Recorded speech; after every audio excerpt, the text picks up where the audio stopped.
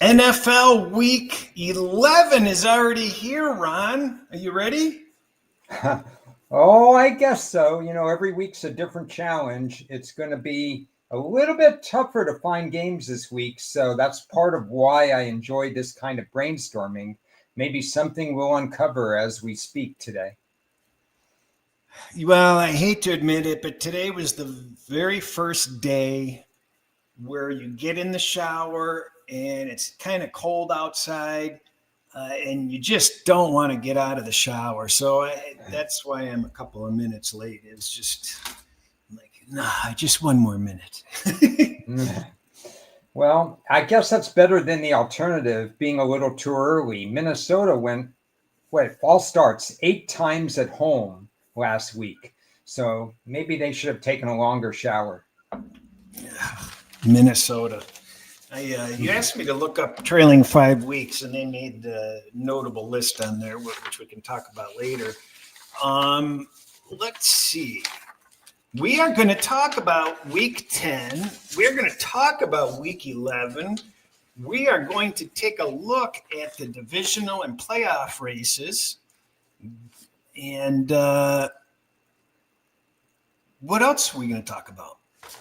I think that's pretty good. I guess we'll be looking for Birdie's insight to give us the ton of good looks this week as well.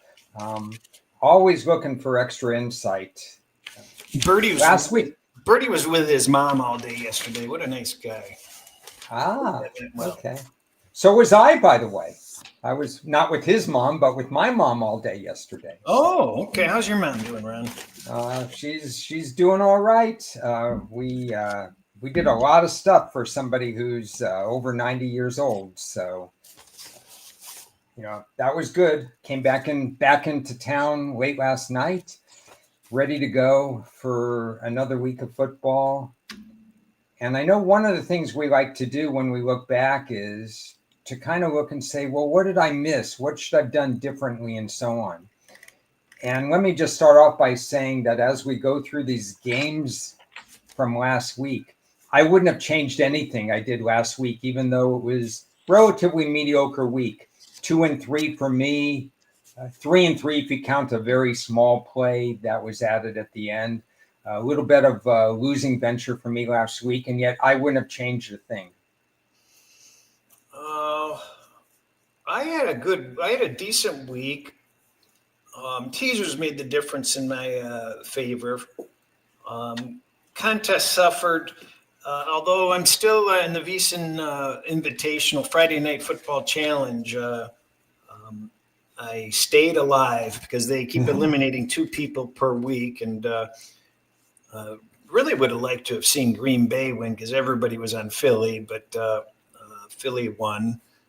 Nevertheless, I hit my best bet and advanced. I switched off of the Indianapolis minus 6.5 as a best bet, which is worth 1.5, and I switched to the Chargers. Thankfully, that helped a little bit. But I'm fighting to remain alive in that contest because if I don't have a good week, I'm going to get chopped.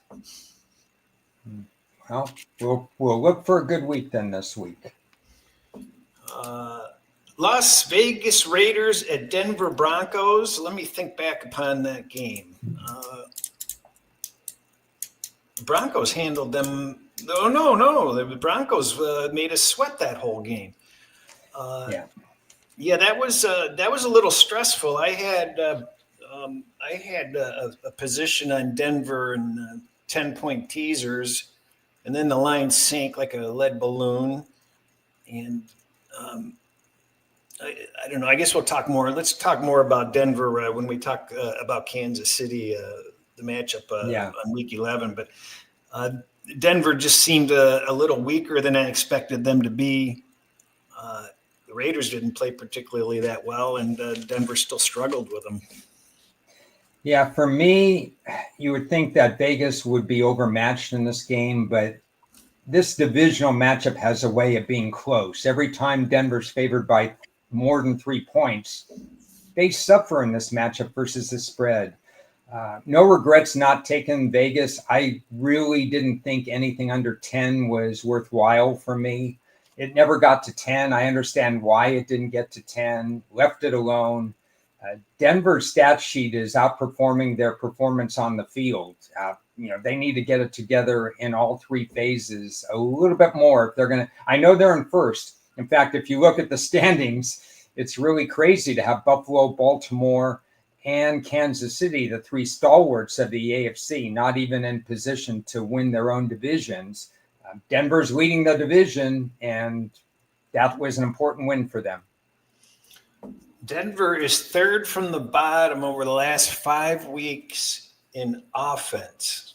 It's an important part of the game, is to have an offense if you're going to have success in the playoffs run.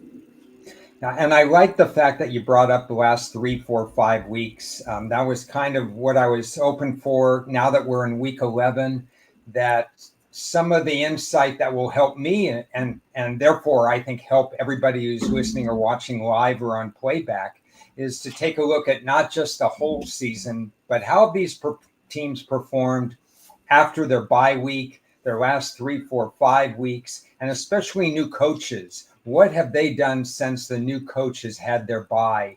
And have we seen any differences in scheming, pass rush, pass rate, running back usage, whatever it is? We're looking for clues that make the last 3 or 4 weeks different from the whole season.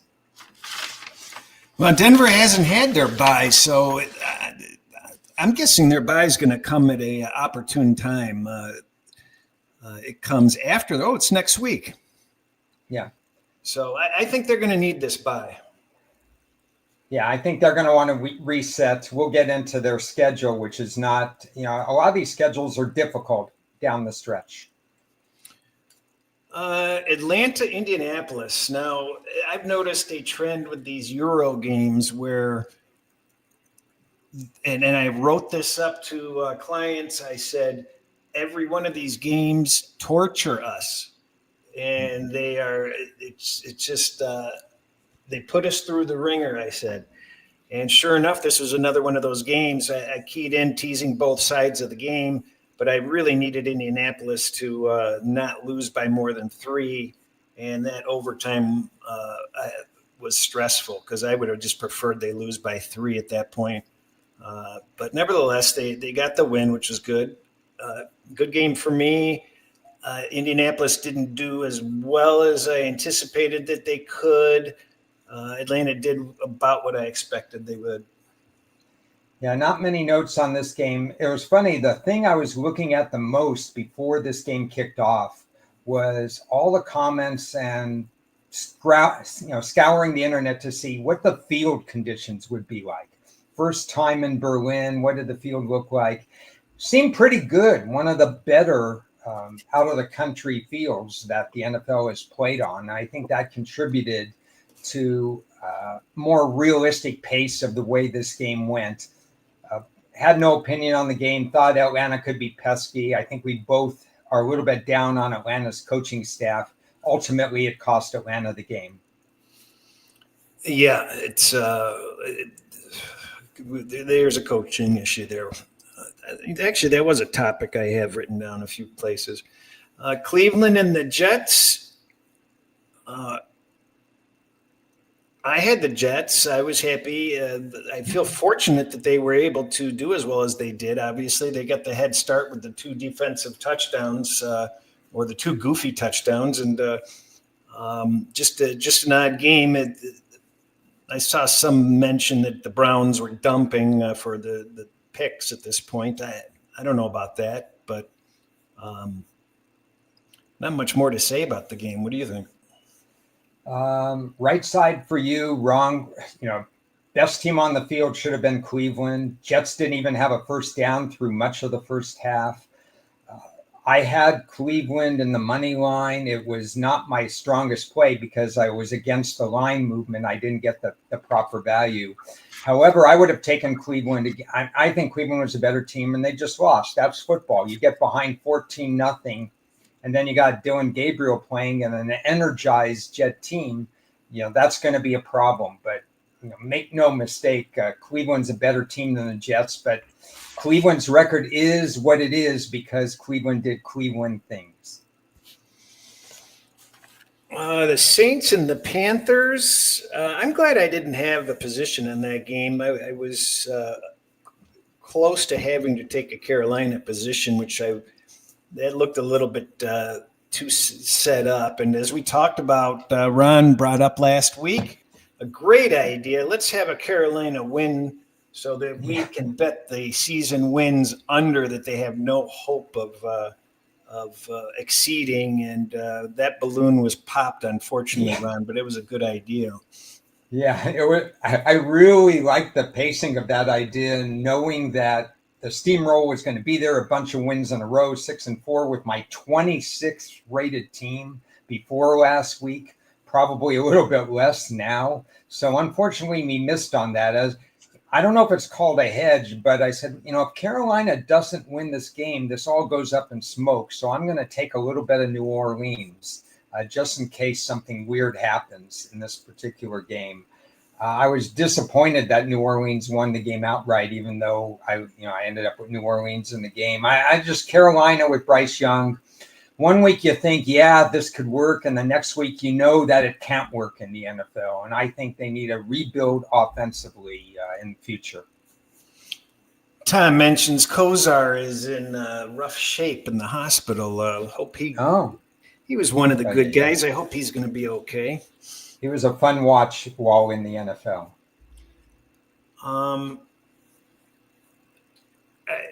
I don't know how we get these games every year where it's just inexplicable how Buffalo, maybe not even that Buffalo lost, it's the way they lost. I mean, being down 16-0 at the half and just, blunder after blunder. And Miami didn't do anything particularly that, to write home about, as far as I understand. So if you're going to win a Super Bowl, I don't think you can have games like that. There's something wrong with the Bills. What do you think? Okay, 2 comments right away. Number one is this was one of 2 results that were completely unexpected to me. Sometimes we go in and I say, no, nothing was, everything went according to what I thought could happen, or, it could go either way or something. I did not see Buffalo's offense scoring virtually nothing, for the first half plus of the game. I mean, I did not see that happening. The other note to make, and this is filed this away into the trade deadline notes. The Jets, they lost a bunch of players through trades. Miami lost one of their best pass rushers. Now, these benefited the other teams. We saw Philly's performance defensively, but it's interesting the way, maybe like an interim coach bump, that the teams that lost players kind of rallied and played okay. So when next year's trade deadline hits, maybe we demote the teams that lost people, but maybe we wait a week to demote. Just a thought in general. I actually felt good going back. I felt good about my Jets bet because of that, because I just felt like wait a minute, was that the game? No, that was who lost their coach last week? That was the Giants. Huh? No, that wasn't the Giants. They lost the players on the trade. I just felt that people think that when teams trade away players, that there are not players that are 90% or 80% of the ability of some of these stars, and they're playing for jobs, and you get a little extra value in these situations. Yeah, that was a personal takeaway that I wanted to share to people. And I think it's a note to myself, be careful in this area. But in the long term, there's no question in my mind that the Jets, for example, losing 2 really good defensive players, are going to have a fall. It's just that in the short term, they're going to rally, like you said, because these guys are inspired. Houston just wiped the floor with Jacksonville start to finish. Not much there to say, right? This was the second unanticipated result from me. I had no opinion on the game because, the Jacksonville hadn't earned favoritism, but Houston, I thought their season had ended. When they were down 29-10, I said, yep, Houston's they just kind of lost their fire, but they have a really good coach, in my opinion. And even though they were kind of shorthanded and they really shouldn't have rallied, I think it's a real testament to that organization that they rallied and beat Jacksonville. Now, the last few points were a fluke because of the last play thing, but they still 30-29, whatever you want to make it. The fact that Houston was able to score 20 unanswered at the end of that game, it was surprising to me how they rallied back. Where do you have Houston rated defensively? Oh, I would have Houston in the top 5. I thought there was something wrong with my model. I used AI to do some of my model, just a simple task of that saves me some time. And when I got the results back, I'm like, oh man, can't this AI get anything right? And it was involving Houston and the rating it has. And I'm double checking. I'm like, how the hell did Houston become my number 1 defensive rated team in the league? I mean, that's solid. Oh yeah, number 2 in pass D, top 5 to 10 in run D, a little bit below average in putting pressure on opposing quarterbacks.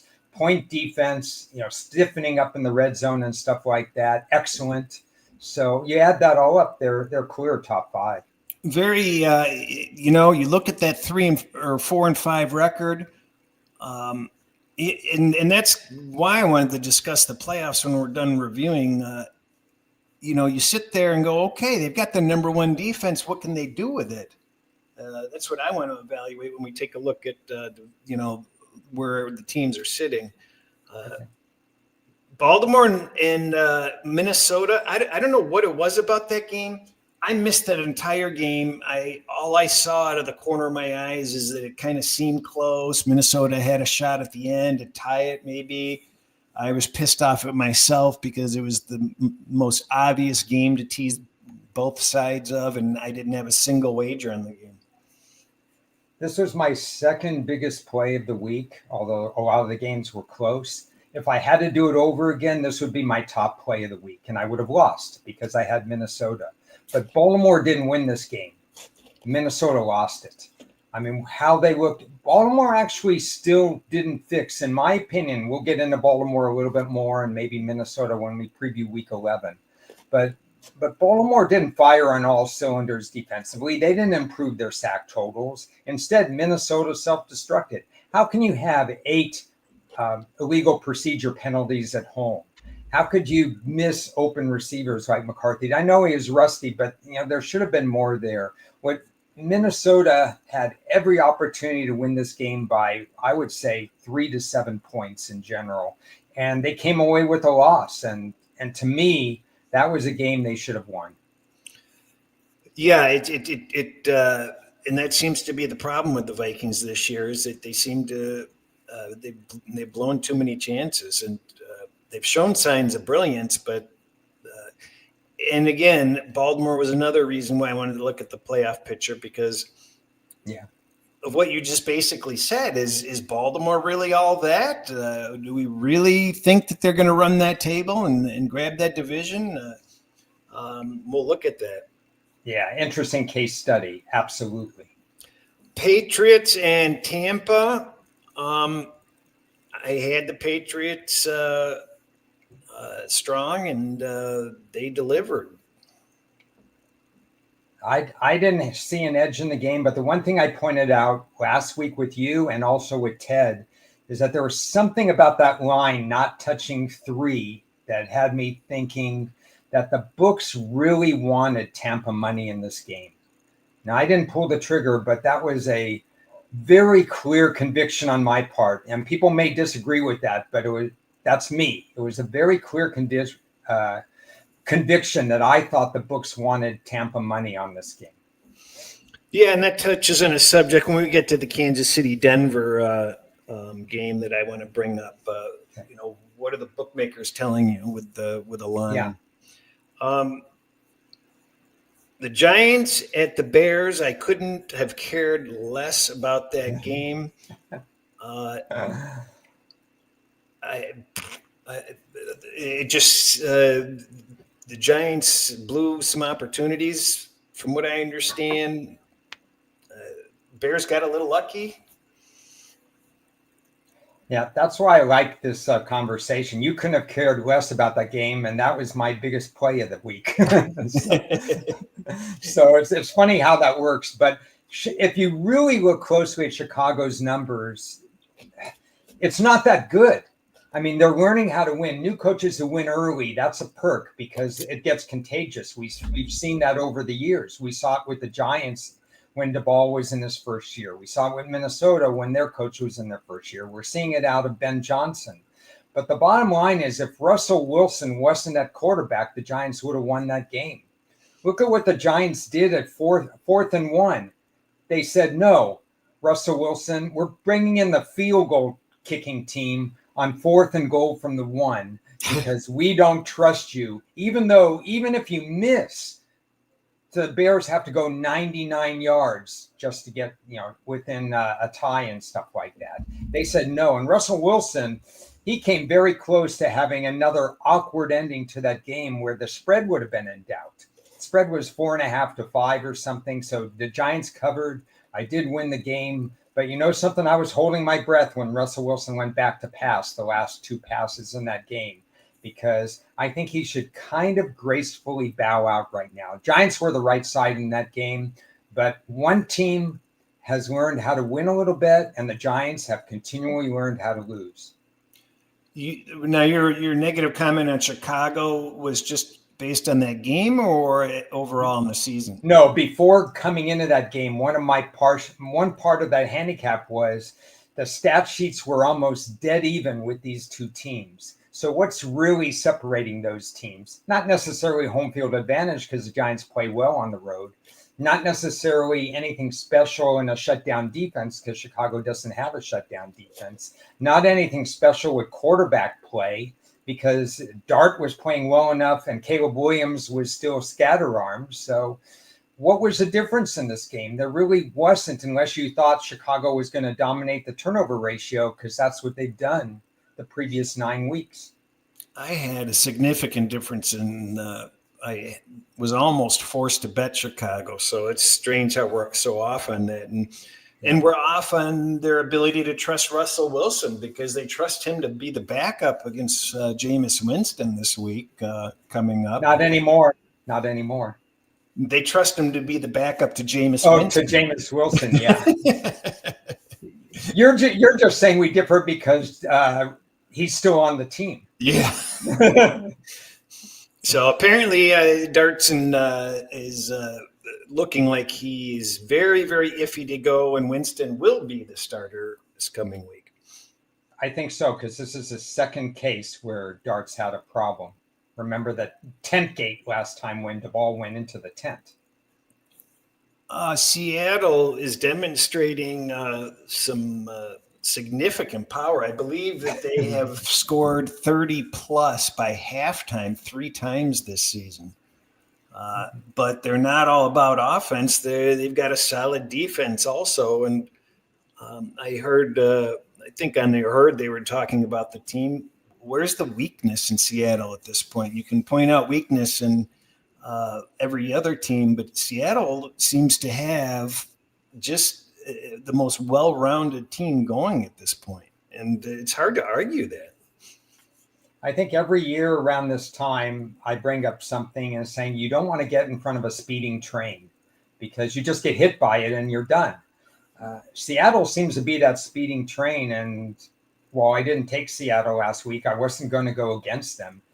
We got a couple of speeding trains that we'll talk about when Seattle plays the Rams. Yeah. But, Seattle, you were talking earlier about Indianapolis during the first part of the season, no letdowns.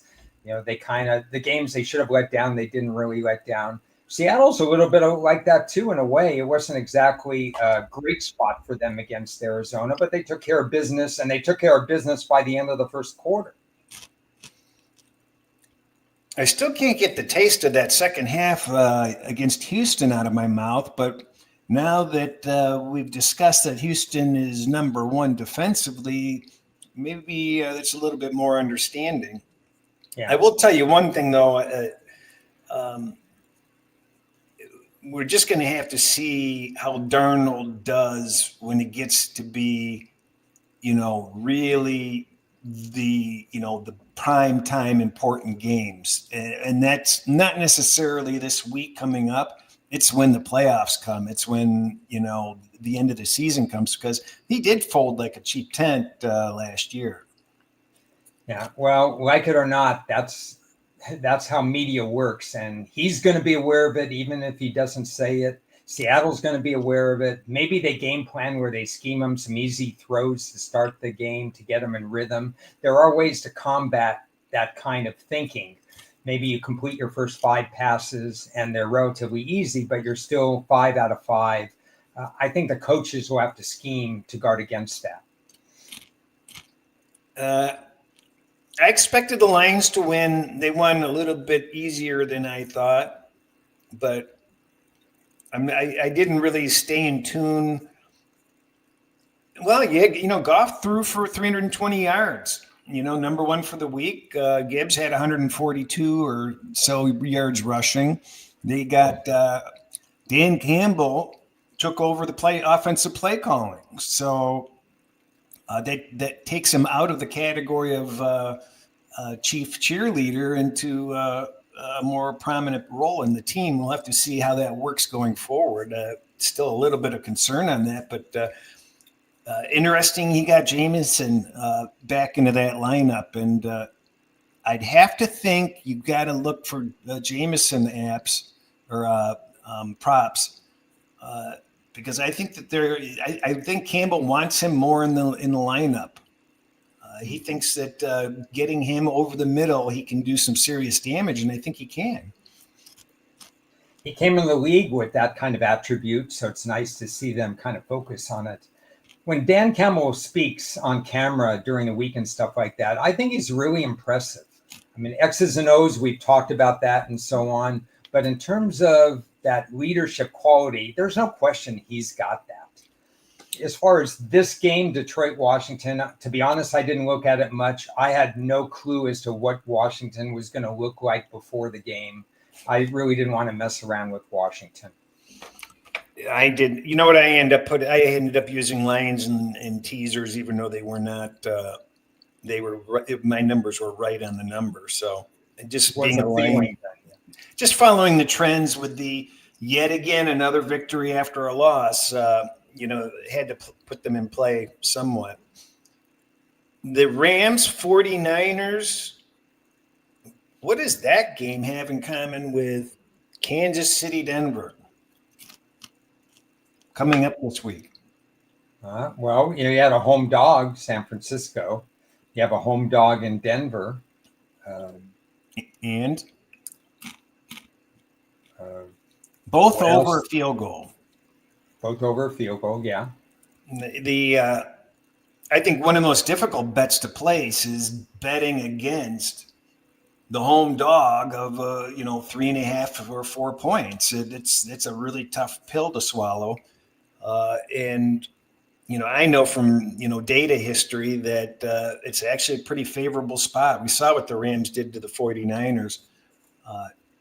And is that going to, we'll talk whether that's going to happen with Kansas City and Denver, but I just wanted to point out those similarities. Yeah, so they're similar to a point. The difference I would have in this, and I understand, I mean, I believe you had the Rams, so you were on the right side, and clearly you were on the right side in that particular game. San Francisco dug themselves a hole, tried to get back, didn't ever look like they were going to win. Maybe they could cover because the line ballooned. The difference in this game is that, while I also have Kansas City as a 3.5-point favorite over Denver, I had the Rams at 3.5 over San Francisco, understanding that San Francisco had a power rating that was a little bit circled because of injury.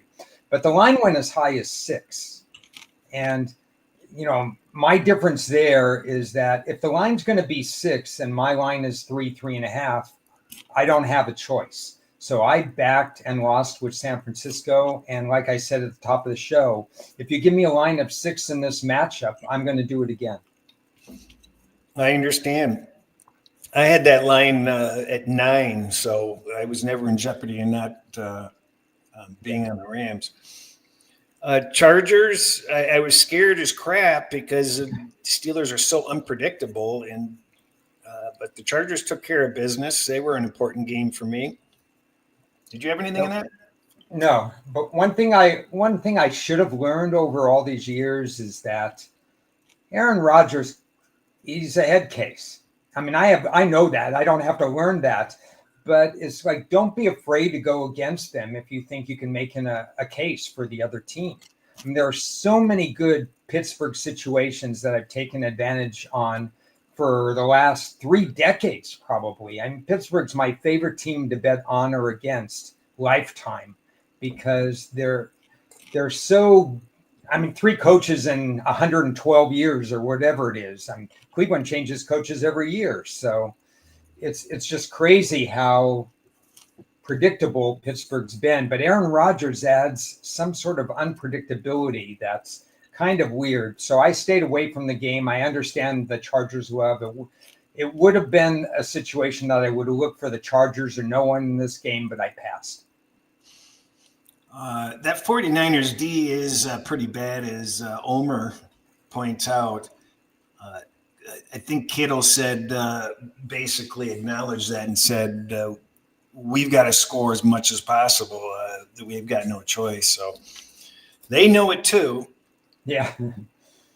Philadelphia and Green Bay, that was a disappointment. I actually started to like Green Bay more and more because the entire world, public dog, was moving that Philly line. We saw Philadelphia become the favorite in many places, which was pretty easy to see that it was going to come to. And Green Bay, that was 0-0 at the half with these teams. I wonder what that paid. Green Bay had their chances. We've been talking about LaFleur and the coaching, and I think the coaching on both sides of this game was pretty horrific for the quality of team that each of these guys are supposed to be. There were some curious decisions. There's no question about that. And defense dictated play in this game, so you had to adjust. Analytically, you had to adjust because this wasn't playing against a Cincinnati defense or a Dallas defense or whatever. The question is, when a line moves, is it an overreaction or is it a correction? I think that's an important point to make because according to my power ratings, the line moving to Philadelphia, either pick 'em or -1, let's say, was not an overreaction. It was a correction. By metrics, by the fact they added ready-to-go Jalen Phillips, by the fact that I strongly believe that Minnesota has for years been able to make excellent bye-week adjustments, I didn't see why Philadelphia wasn't, at the worst, pick 'em to start the week. Well, I don't think Minnesota's adjustments coming out of the bye would matter in this game, though. Minnesota's or You meant Green Bay. Green Bay. Oh, sorry. Green Bay's. Okay. So, yeah. It was Philadelphia's adjustments, that I thought Sirianni has always done a great job with that. And I could tell early on that Love was going to be in trouble. And I think so did their coach. I really enjoyed watching the TV and watching LaFleur go, not watch his defense play, but while the team's defense was on the field, he was looking at everything and anything to try to get Jordan Love more comfortable. And one of the things I saw is that Jordan Love took deeper drops in the second half of that game, much like Mahomes takes deeper drops when they face pass rushing teams. And I think it's just a brilliant strategy for Mahomes because he sees the field so well anyway. The problem is Love doesn't see the field like Mahomes sees the field, and there's still really good players on Philly's back end of the defense. I thought Philly could have done a better job. I thought they left some points on the table. In the end, Green Bay had a chance to win, but I was on Philly, and I just thought Philly was going to be the better team in this case. Yeah, they blitzed at an extremely high rate, and Love really did not do well against the blitz. My question to you is, are teams going to mirror that strategy going forward? Has he had problems against the blitz in the past? I don't know that. It depends on your defensive personnel. Philadelphia is top 3 in terms of allowing pass completions. If you get a Dallas against them, they can blitz all they want, but their guys in the back can't cover. Anything else on last week? That's good enough. So Houston made me start to think, wait a minute, Houston's sneaky good. Are they really out of these playoffs? And I opened up the divisional odds and the play to make the playoffs. When I opened up the divisional odds, they seemed, I couldn't really initially find anything, that stuck out as like viable options, necessarily. So I switched to, who will make the playoffs type of thing. Have you been looking at it at all? I didn't. I should have looked at who would make the playoffs. That makes a lot more sense. I kind of glanced at the divisional odds, and I glanced at the odds for winning the AFC and NFC, which are unfortunately, when you have these index plays, you're not getting proper value in the most case. Maybe you can pick out one team that you think is undervalued or overvalued, but in general, you're not getting good price points to win the division. That's my thought. I guess I'd look at it from the standpoint of, I'm still in the camp when you get to Baltimore, Cincinnati, Pittsburgh's division, for example. I think you either win the division or you miss the playoffs. I don't think that division is getting 2 in there. For sure. My thought process, I opened it up and I'm looking at Circa, and it starts off with the AFC East, and I'm looking at the Patriots at minus 260, and I'm the way the Bills are playing, I wouldn't even consider. And the Patriots are up. They're 2 full games up on Buffalo, so there was nothing interesting about that. So the Patriots are minus 260 to make the playoffs? No, to win the division. Okay, yeah. I was going to say, wow. The AFC North had the Ravens minus 270. And you sit there and the only team that really has a hope would be the Steelers. And I'm not high on them at all, so there's nothing to do there. There's nothing to do with the Colts division. The problem with the West is you've got 3 teams involved, so you got to bypass that. The Eagles are going to win that division. The Bucks are going to win their division. So that left the Lions, Packers, Bears, Vikings situation. And I initially wasn't that interested in that. But after I looked at to make the playoffs, I felt differently. The NFC West, I honestly do feel if you see a side, you can bet it, even though it says it's a 3-horse race. I think it's really a 2-horse race. What do you think? Yeah, so going through that, I know Bertie says he'd be looking at Dallas for that division, but then you mentioned Matt Eberflus, and immediately you should wake up from the dream, because his defensive schemes are just not worthy. So I think Philadelphia will take care of business there. Maybe down the road, if Tampa could lose back-to-back games, that minus 1,200 or so for Tampa winning the division goes down to minus 500 or something like that. There'd actually be value if Tampa lost their next 2 games. Kind of that same Carolina situation developed. So you can look at it back that way. I agree with you on LA, Seattle. My problem is I'm going to have to dig deeper. I don't know that I can separate the 2 right now. I think, we'll come back to that. So then I switched over to who will make the playoffs. And I went through the schedules. Okay. So I could ask you some questions that way. What's New England to make the playoffs?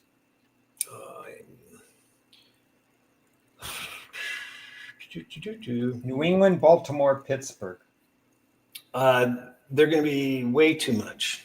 Patriots are minus 5,800. How much Oh, do you? yeah. Okay. Baltimore and Pittsburgh. Well, what do you make them?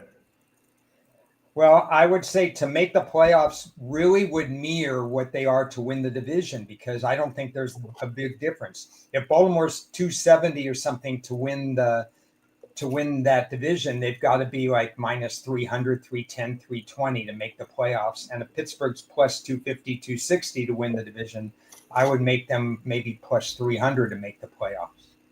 Or no, the other way around, I guess, plus 220. They are plus one. The Steelers are plus 180 to make the playoffs. So so that's a bad bet. Yeah, it is. To me you have to take the better of the two, and you'd rather take them to win the division, because if they don't win the division, they're not making the playoffs.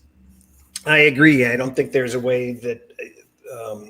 In fact, I don't think the Ravens would make the playoffs. I don't think either team would make the playoffs if the divisional winner wasn't guaranteed. Yeah, so that would be our advice. So, Houston was the one that got me wondering, and the no is minus, or the yes is plus 350. And I'm sitting there going, boy, I'd like to find a way to play that. And so that was, the focus that I had going in. And the Jaguars, how are you feeling about those Jags nowadays?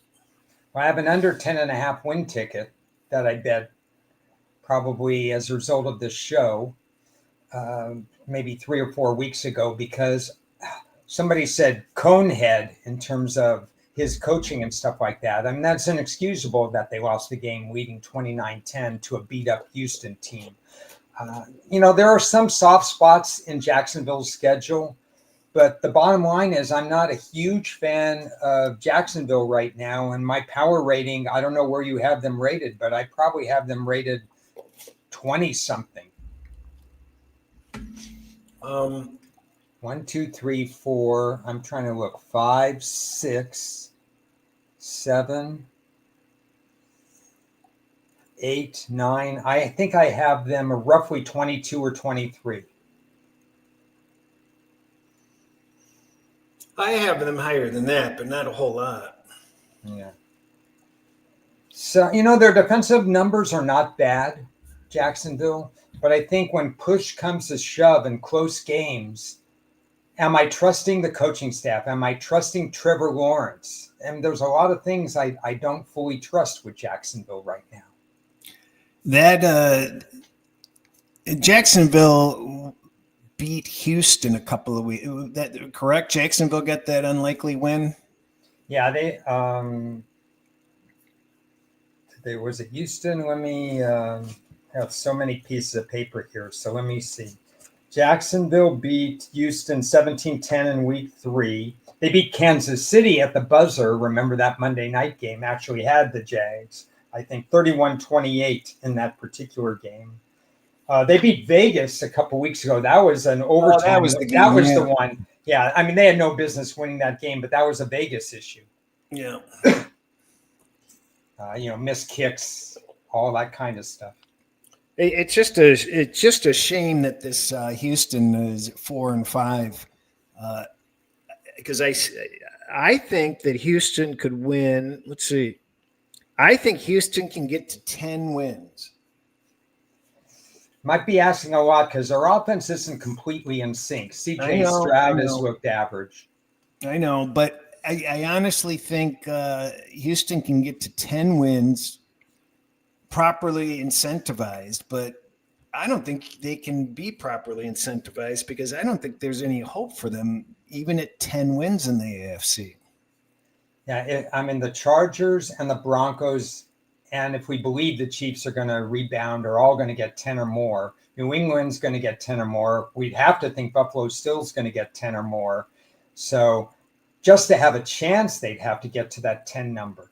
I mean, I am not high on Buffalo in the least. I'm down on Buffalo. I just cannot see a way that they get fewer than 11 wins. So that'd be one wild card.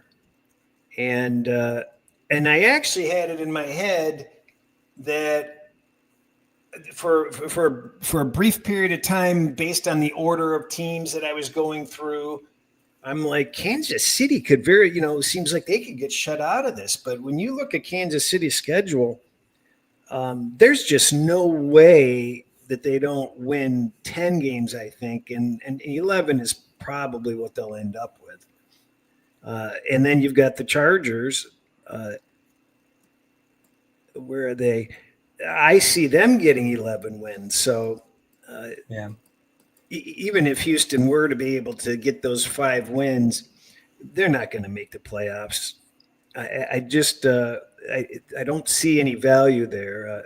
Trying to chase who will make the playoffs and who won't. What about season wins? So realistically, how many wins do you think you're going to have? Because I'm going to show you something. Houston's number is 7.5. What?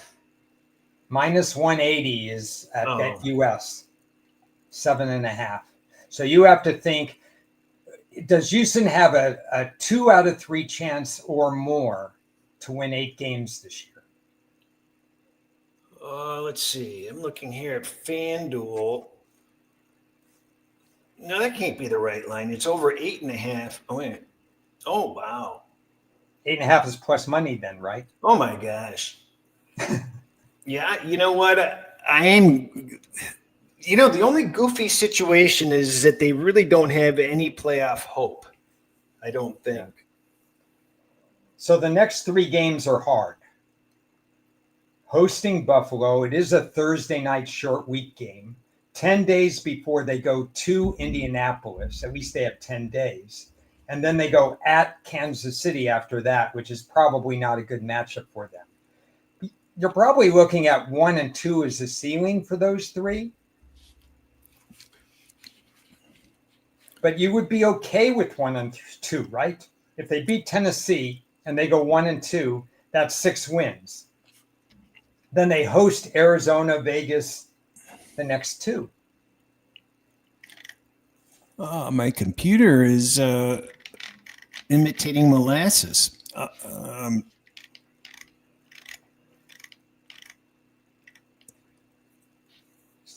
They're going to get a victory this week, so that makes them 5 wins.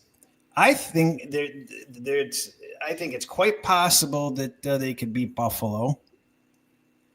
But let's say that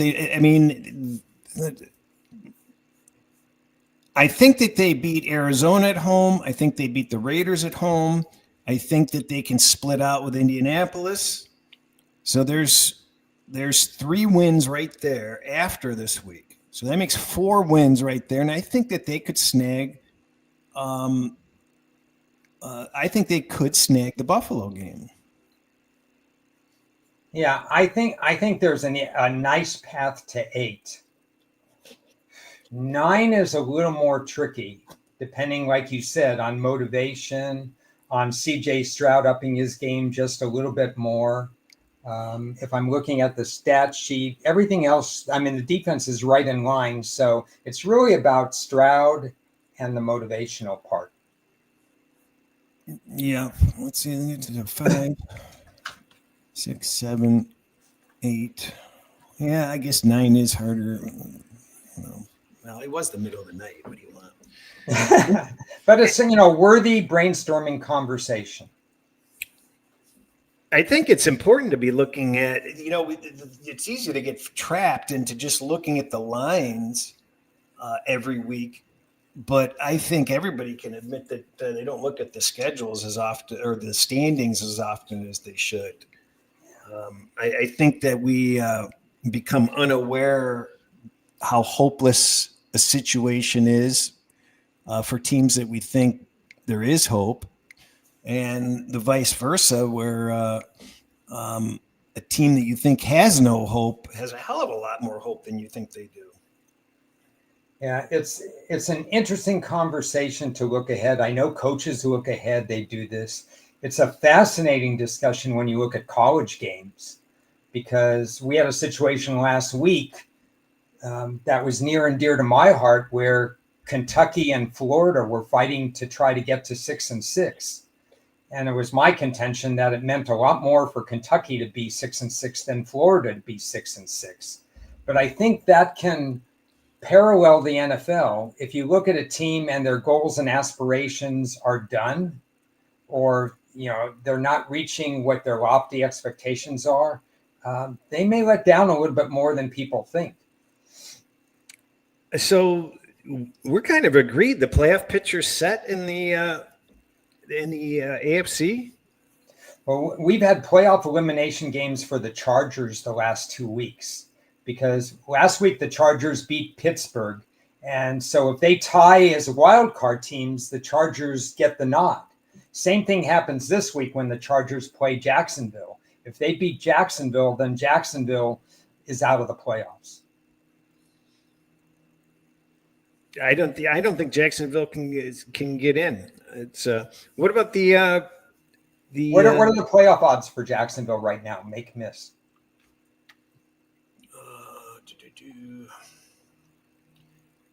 To make it in, plus 170. So the miss is what, plus 230, 240? Minus 195. Honestly, that seems like value. Yeah. If I didn't have the under 10.5 win ticket, because they could win 10 games. Well, I don't think 10 will make the playoffs, but if they win 11, they'll make the playoffs. But I don't think they're winning 11. This is how I saw or how I see the NFC. Tampa's in. Philadelphia's in. Mm-hmm. And I think, this is what I wanted to see is I think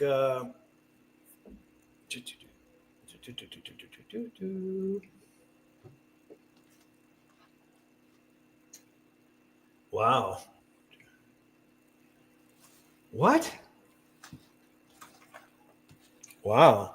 How many wins do you think Seattle ends up with? Well, I'd have to look at their schedule. So what are they right now? Are they 7-2? Yeah. Off the top of my head, I'd say they've set the number at 12. I didn't expect to see that. It's over 11.5 is minus 210. Yeah, so essentially that's 12. So that's what I came up with. I come up with Seattle actually winning that division. Yeah, that I'm going to have to study more. It's a fascinating study. And I like Seattle to win the division a lot. I don't think. I think they've got margin on that. What do they? So the Rams season win has got to be pretty much the same. It's not quite.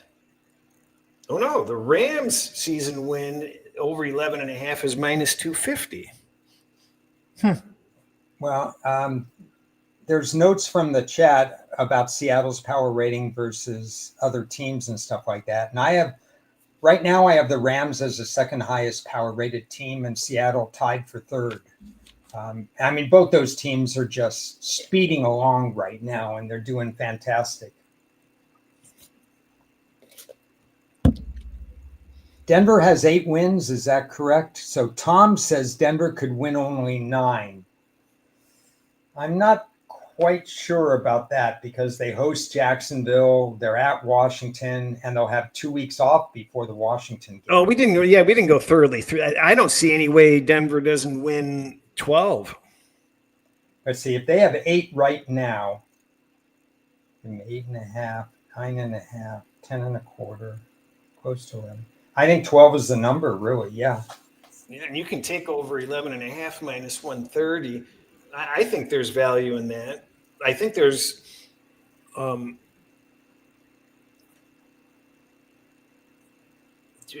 see, if the Rams and Seattle are basically even to win the division, then there should be a bet on season wins under on one of those teams. Yeah. So we'd have to compare schedules. So I would so you could bet the Rams under 12.5 for a reasonable price of minus 120.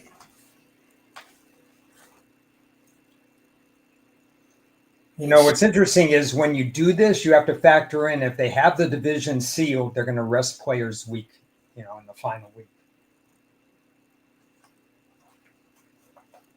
So you may squeeze out an automatic win in that case. In that case, Seattle has the tougher last week opponent. Seattle goes to San Francisco.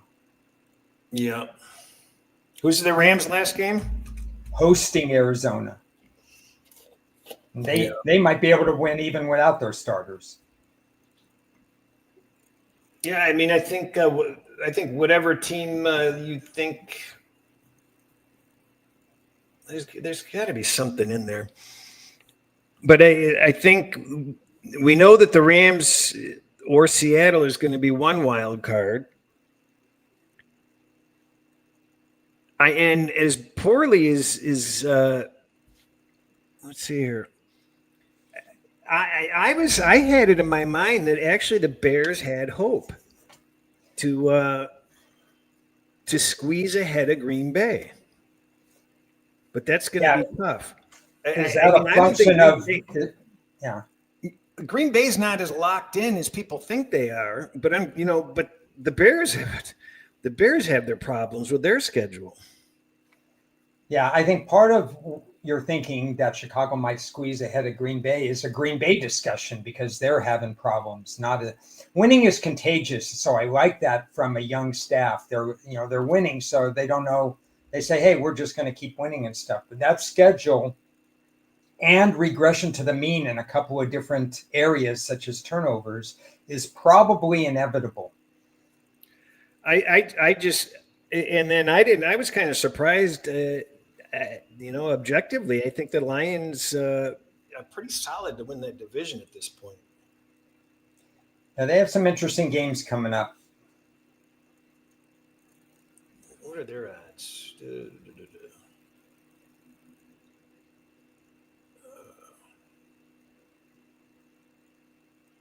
The Lions are minus 150. It sounds about right. I mean, that's where I would put them. Yeah, again, everything here I think is a function of Green Bay. But I think I have a good handle on the Lions. I have a good handle on the Bears. Minnesota, I don't know. There could be some volatility because of the young quarterback. But Green Bay, I mean, that's kind of an interesting team right now. And do they turn it on, or are they just overrated? Well, Chicago's a half a game up on them. So and how many times do they play each other? Chicago, Green Bay? Yeah. I think they have one more matchup. I don't remember the first matchup. There are 9 divisional games this week. I know. That's an awful lot, including Chicago at Minnesota. Where do you have Chicago's power? I mean, where do you have them rated in the NFL? I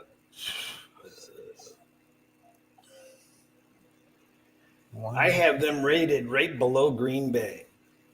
They're side by side. That's another reason why I was sitting there thinking, well, they're already a half a game up on Green Bay. They're in Chicago over the last 5 weeks is the 3rd highest rated team.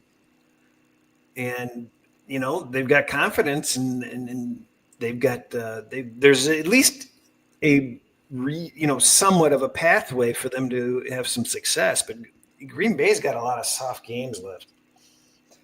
Yeah, I don't have Chicago's defense strong enough to be rated as high as Green Bay. So I definitely have Chicago lower than Green Bay. But I'm a little surprised. I have Chicago, I think, around 15th in the NFL, and I'm surprised. If you blindly asked me that, I would have guessed 18 or something. So I have them a little higher than I thought I did, but still 15th. Where do you have them rated offensively? Offensively, probably in the 8 to 10 range. They're in my top 5 somehow. Yeah, I have to look and see, adjusting for schedule and stuff, because New England's a little inflated offensively, I feel, because of their schedule. They Where do you look have New better than. England? Because I don't have them where they used to be.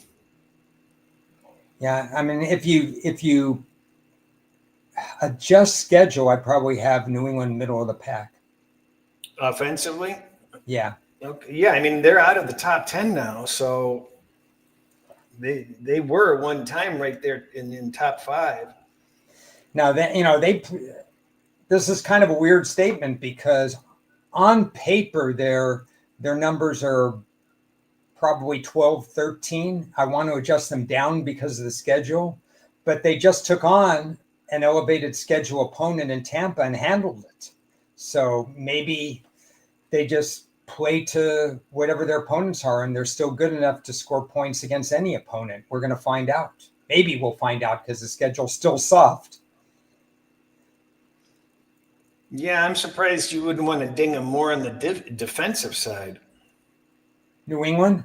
Yeah, where do you have them? Yeah, I think they're a typical Mike Vrabel team. They're top 5 to 8 against the run, and they're bottom 5 to 8 against the pass. Oh, Minnesota and Green Bay play each other twice. So, Chicago and Green Bay play each other twice. Oh, okay. Oh, no, wait. Are you sure? Two Bears. Yes, the Bears control their own destiny into the playoffs if they beat Green Bay twice. Yeah, now the question is, can they? I think they can beat them once.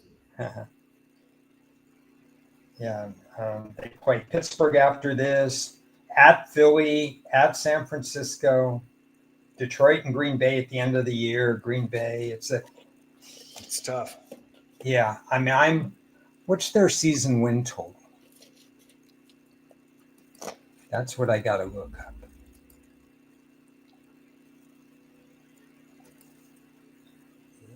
Chicago.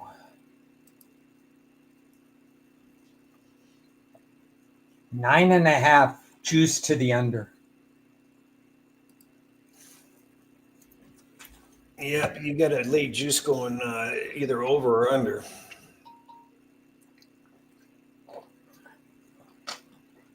Well, it depends how we feel about this game, because if they win at Minnesota, then that 9.5 changes. I think they're going to beat Minnesota, but then I saw the injury list. They've got some issues. Okay. Well, shall we dive into this week? The Jets and the Patriots. I'm going to go. I think. What was I like the Seattle over wins. I think is that what, or I like one of those. Yeah, I think Seattle. There was one other one I liked. Houston, I thought. Yeah, I don't know. Yeah. That's why we talk this crap out. Yeah, it's a good time of the year to talk it out. Fields has had 55 yards passing or less for 3 straight games. Or 3 out of the 4 last games. Trayvon Henderson, is that who it is? I can't read my writing. 140. Yeah, he. They're getting some real. They've got some real players here. On New England, it's not just a defensive club. I'm looking at last week's. Hold on. Never mind. Jesus. Get out of here.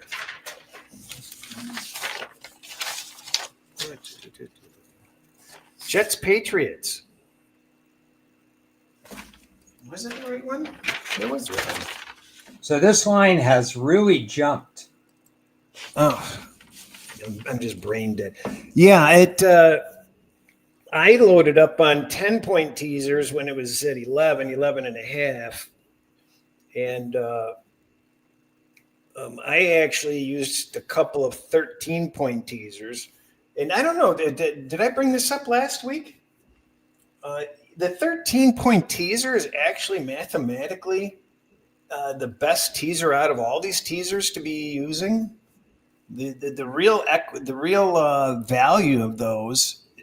Now it's going to cost you 140 wherever you place them, but it should be priced at like close to 160. So you're getting a lot of value if you know how to use them properly and you pick the right situations. Don't ignore those 13.14 teasers. They sound idiotic, but the math says they're not. So I've actually started incorporating them more regularly the last few weeks. So I have no opinion on this game because there's no, and this is a theme for me this week. This is sad.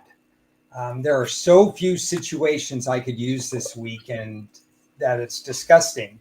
And the power numbers are pretty close to where they should be. And the matchup analysis is pretty close to where they should be. So this is a difficult week. So, one thing I don't like is having a new coach go out on a short week road game on these Thursday nights, especially early in the year. I know Cleve TA has talked about that and stuff like that. It's not early in the year, but it's still, an early Thursday game for this Jet team.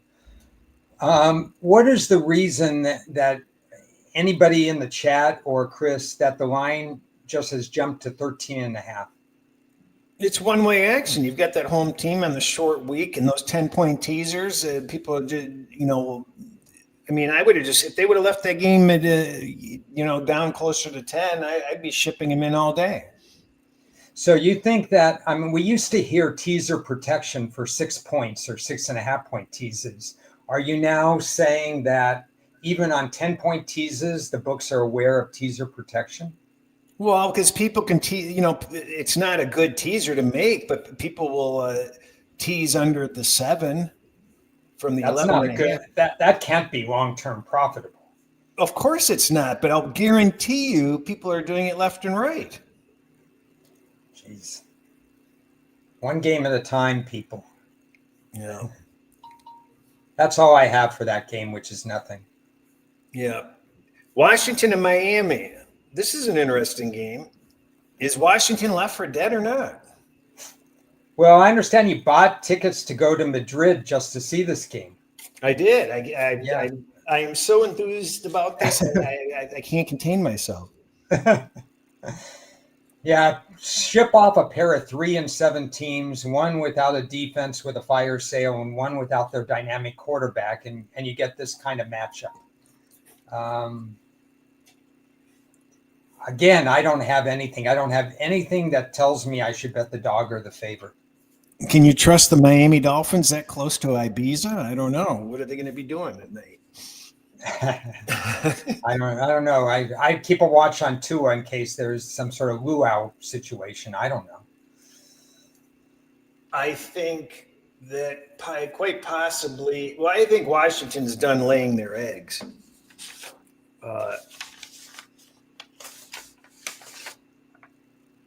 Yeah, it's kind of weird. I don't know what Washington has to play for, because you looked at the schedule in August and you'd say, oh my goodness, this is going to come down to the wire. Washington against Philly 2 times in the last 3 weeks. And now we know that Washington's personnel on the field is nowhere near Philadelphia's personnel on the field. And that just means 1 or maybe 2 more losses for Washington. Well, these are professionals. They get paid to try hard. Talk to Terry McLaurin, who's been in and out of the lineup based on this holdout and all that other, and then multiple hamstrings and stuff like that. Year's not going all that well for him. He's motivated when he's on the field, but yeah, I think they're chalking this year up. I think it'll be a competitive game. I wouldn't disagree. I also look at is that 2 big wins in a row for Miami? Double check that. No, they lost to Baltimore 28-6. Oh, okay. So they won 2 out of their last 3, but they're off a big big win. So that's traditionally a letdown spot in that. And Washington is looked as bad as you can get, and typically you kind of see a reversal. So we'll see. If you asked me going in, would any result surprise you in this game? And I would say no. No. So the Packers, what is this? How come every week it's like I'm a broken record that I need to write better? Uh, so they did some things for the first time since 1940 with fewest points and yards, and I think in losses. Fewest points allowed and fewest points and yards allowed. 39.780 yards, but they lost the games. I believe that's the stat. We talked about LaFleur. I mean, I think that guy's starting to play for his job. What do you think? Or coach for his job? Personally, I think he would be on safe ground. I think he's a solid coach. Obviously, the results haven't been there the last 2 weeks.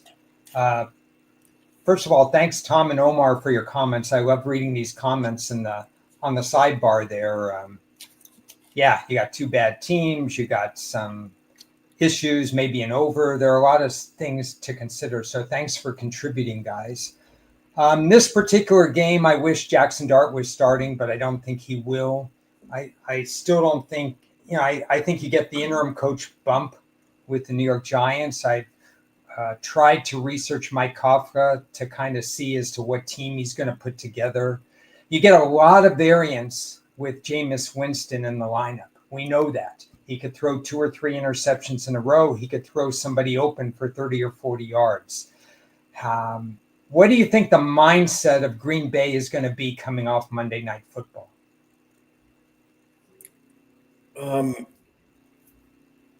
That's a good question. I mean, they played they're on a run that could have them questioning themselves.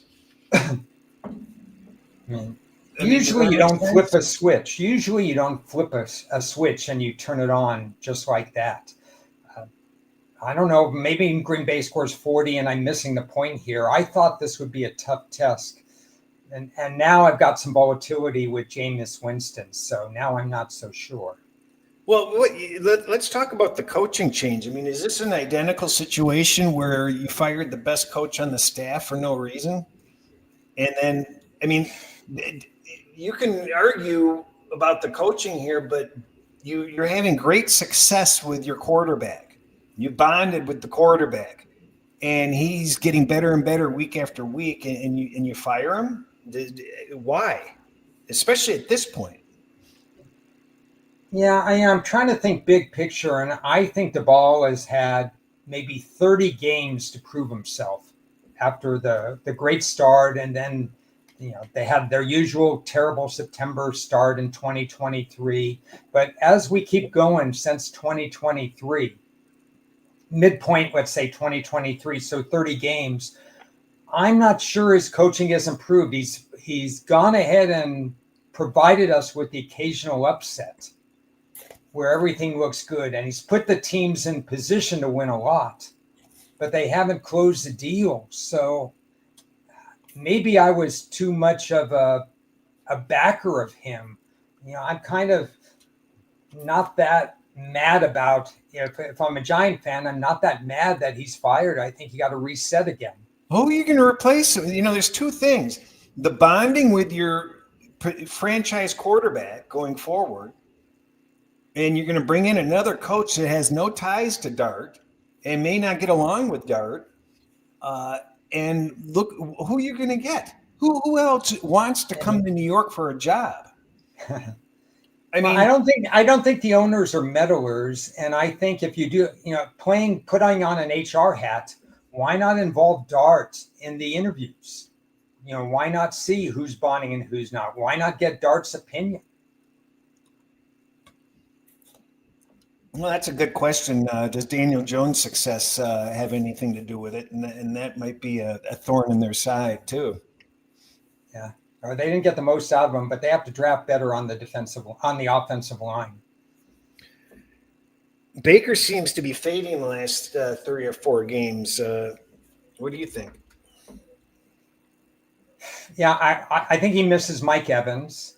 When in doubt, you throw to Mike Evans and he makes the contested catch. I know he's missing Bucky Irvin because, the running game has caused Tampa to be a little bit more one-dimensional, which has caused Tampa to have to defend, via the pass. And then there's more of a pass rush on Baker Mayfield. So I think there's 2 key personnel people that Baker misses. I'm just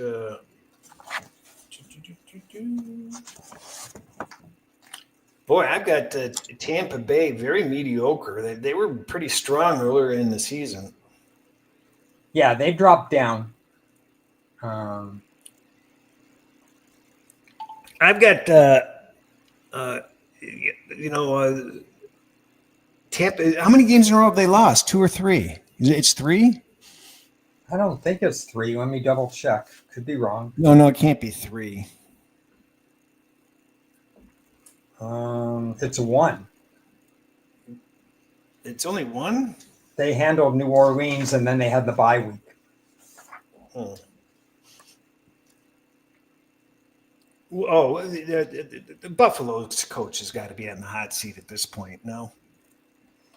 Yeah, I mean, he didn't come into the league very dynamic, and he's been bailed out by the fact that Josh Allen has just proven to be outstanding in the league. They drafted well. They put together good defense. But when injuries, and unfortunately for Buffalo, they showed signs of being better. I thought they would be better because they were getting these reinforcements on the defensive line. Now 2 of them are gone for the year in the last 2 weeks. So this is a weird matchup because Tampa's most likely without Bucky Irving again. Even if he plays, how much is he 100%? But the path to beating Buffalo is just keeping Josh Allen off the field because Buffalo can't defend the run, but can Tampa run the ball? I agree with Robert. Josh Allen's looked off recently. It usually means some sort of an injury they're not talking about. Well, he certainly looked off against Miami. That should have been a sweet spot. And his Omer says, the Buffalo defense is nothing to sneeze at. So, it is something to sneeze at, I guess. Yeah, I mean, Buffalo, at the beginning of the year, a lot of us thought, well, they're going to win the division. That's not going to be a problem. They're going for the number 1 seed. And now they're a game and a half in the division, still have to play at New England. I'm surprised this line is ticking up to 6. You can get 6 out there, several places. Good luck. Yeah. Cincinnati, Pittsburgh. That's we've got Burrow looming, maybe coming back week 14. They're sitting at 3-6. I think their situation is hopeless. Anyway, I think Hendrickson's going to be out again. Is that right? Is he? It's looking. It's trending that way. They've given up 38 points plus 2 games in a row, I believe. Here's an interesting stat. Pittsburgh is 2-0 since the beginning of last season. Pittsburgh is 2-0 when they do not score a touchdown, and they're 13-12. They're 13-12 when they do score a touchdown. That's an unusual stat. You got any insight on this game? Well, what adjustments, if any, do you think Cincinnati makes defensively off the bye? I thought there could be a little bit of an adjustment if Hendrickson played, but if not, it's the same personnel trying to go against Aaron Rodgers without a pass rush. And if you don't have a pass rush, I think Aaron Rodgers is based on last Sunday's dismal performance, he's going to say, screw it. I'm just going to throw to DK Metcalf every single time and see if he can come up with contested catches or something like that. My insight here is that I think Pittsburgh handles business if Cincinnati's Hendrickson doesn't play. I think this game could be a close game. Yeah. The Houston line just moved to 6.5. I don't know what caused that. It doesn't surprise me. I'm just kind of surprised it kind of happened at once. Does that mean Stroud's not going? I don't. Ow.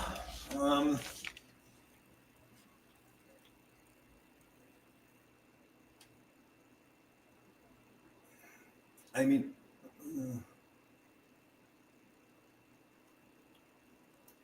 what is this?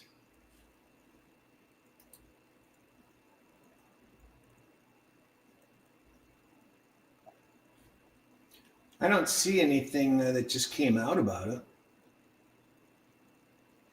So Tennessee finally got their new coach bye week. They've got this. Oh, they got him what? That they finally had the bye week for the new coach. Oh, that's a good point. So we should see scheme adjustments on both sides of the ball. Now, are they good enough? They haven't been good enough. They really should have lost every single game this year by double digits. But I do think we're going to either we see scheme adjustments or I know they're an interim coach. Actually, I shouldn't say new coach because it's interim coach.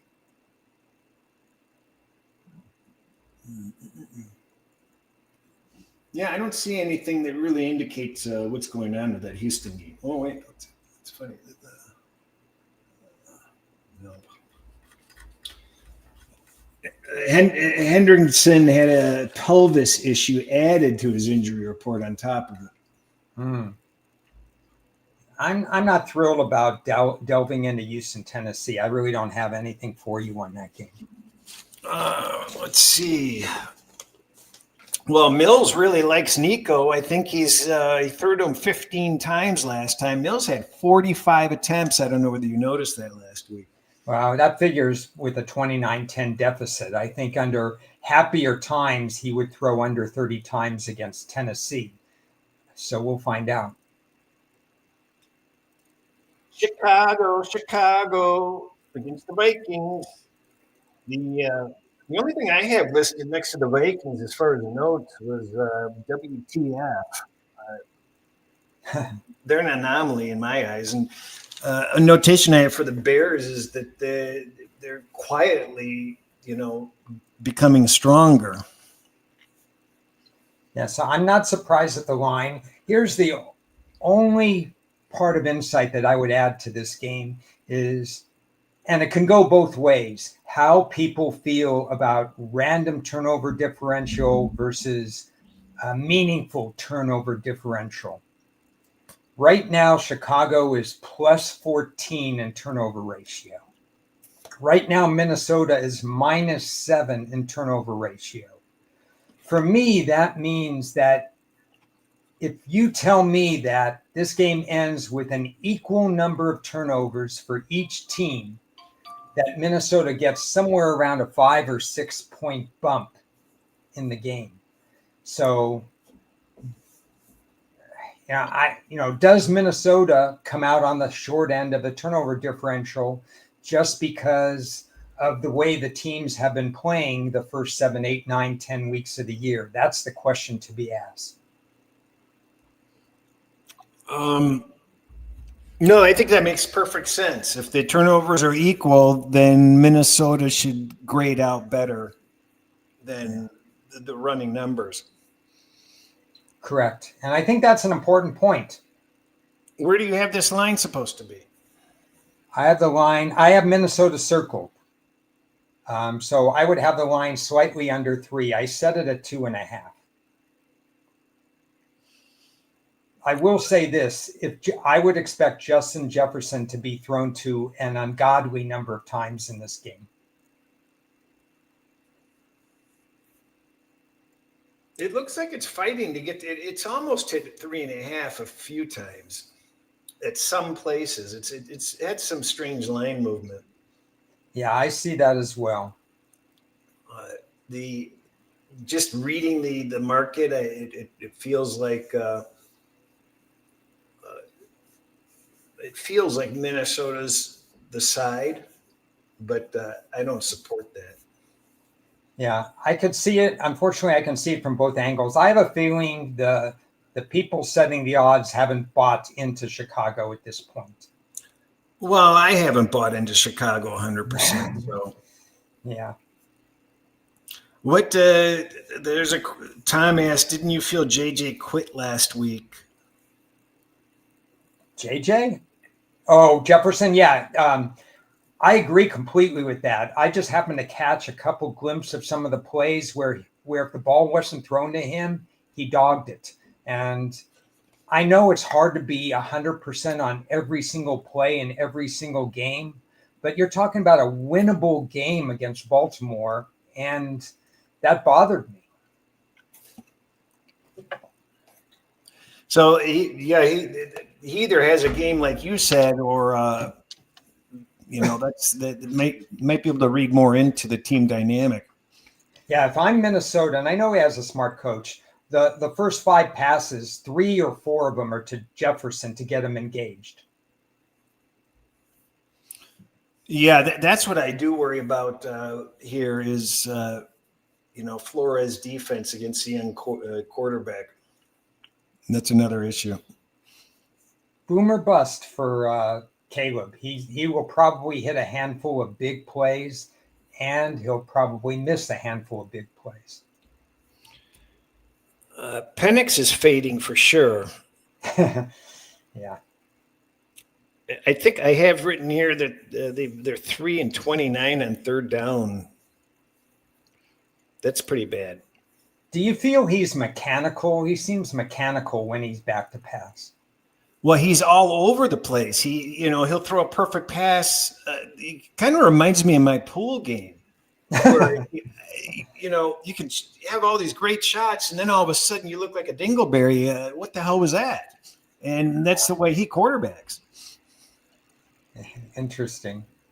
Where do you have this line set? Thankfully, right there. Okay.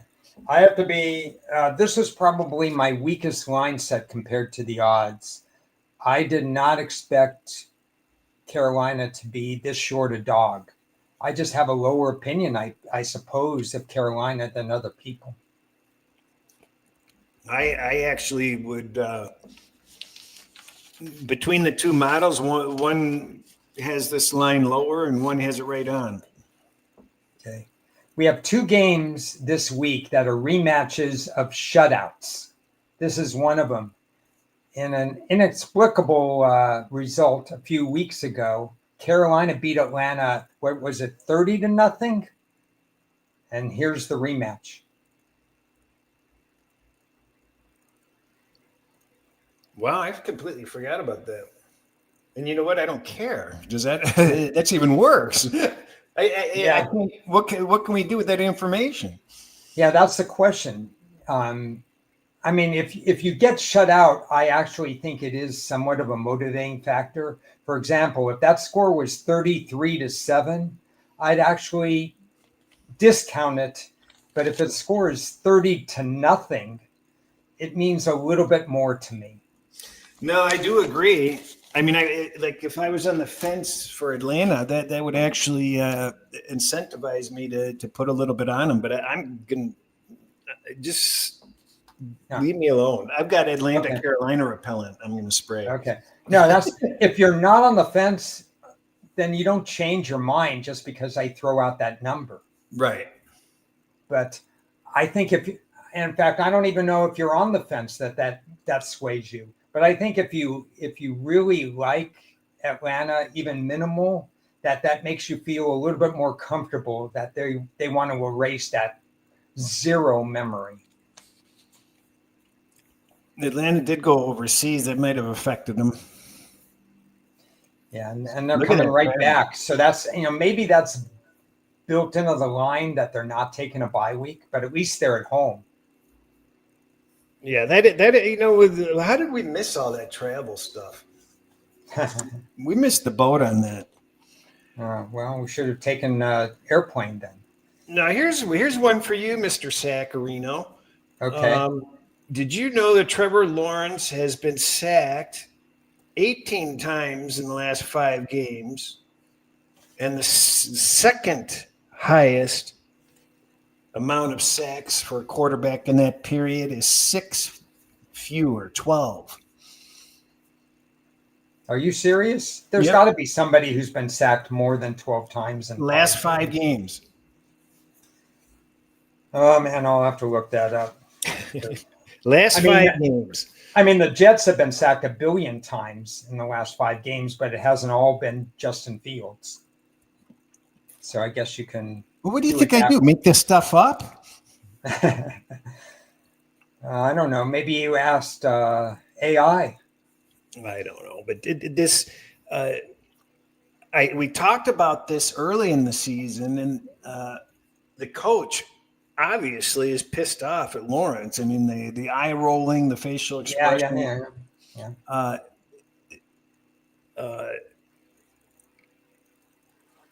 I think Jacksonville is just fading, is my opinion. But let's look at the last. Well, let me. You don't have to answer this yet, Chris, but somebody in the audience is going to know this one. What happened the last time the Chargers and Jacksonville faced each other? Was that the playoffs? There you go, blowing it for the audience. I had How many a lot fingers of money. am I holding up? I had a lot of money on that game. I had Jacksonville.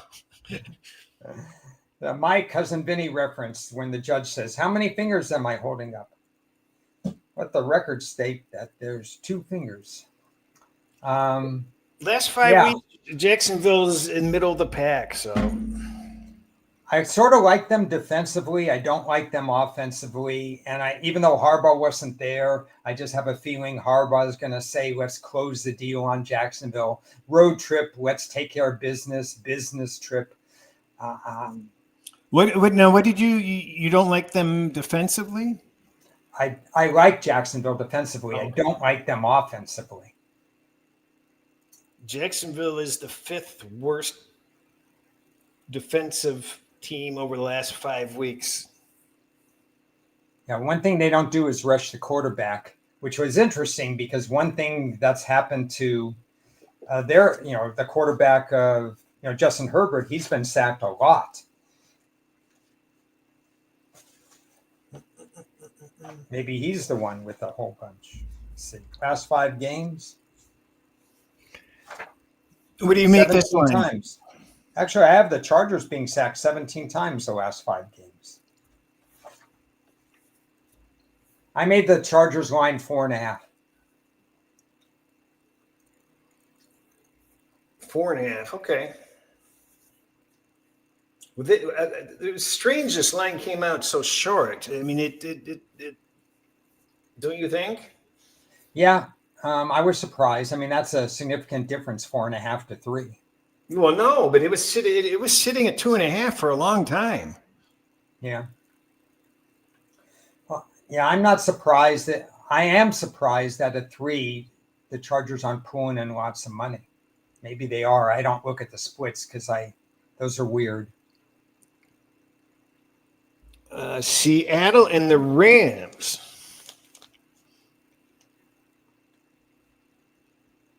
Well, it's going to be a good one.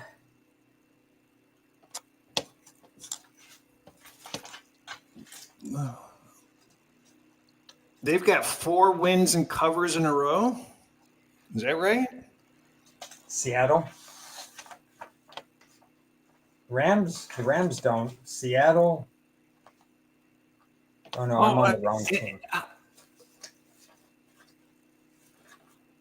And have they done this with negative? What do you see their turnover ratio the last 4 games? Which team? Seattle? Seattle. -3. So they've won 4. They've won 4 and covered 4 in a row with a negative turnover differential. Yes, all by 8 points or more. Isn't that amazing?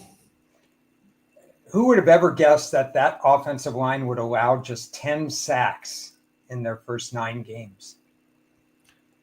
Stafford's on a 47-4 pace. He's 25-2. His last five games, I think he's 20 touchdowns, no turnovers, or no interceptions. Yeah, I think Omar says he likes the overs. I would lean the overs as well. I heard some show talking about it. Is this three tight end set stoppable at this point? I think it's another case of where Sean McVay is a little bit ahead of the curve in terms of what he's doing. He has two things going on that you think are different from one another. One is he's got Adams near the goal line that's been a touchdown machine because you have to guard Puka at the same time as you're guarding Adams, and he still gives his running back 20 touches, Karen Williams. And then the other, he goes heavy personnel where you have these three tight ends, and he doesn't care. Stafford doesn't care who he targets. They're all equal in his eyes. It's who's ever open. So it's an interesting dynamic, and I think it's hard for defenses to adjust to, well, are they going to throw to Adams or Puka, or are they going to throw to their tight ends, or are they going to run heavy with the tight ends in the game? He's really mixing it up well. Where did you put this line? I put this line at 3. And it doesn't belong at 3 according to my power ratings, but I bumped it up because I just had this feeling that the Rams would be a solid 3 at home. It just feels like the line is placed there for convenience of some sort, because I don't think the line should be that high.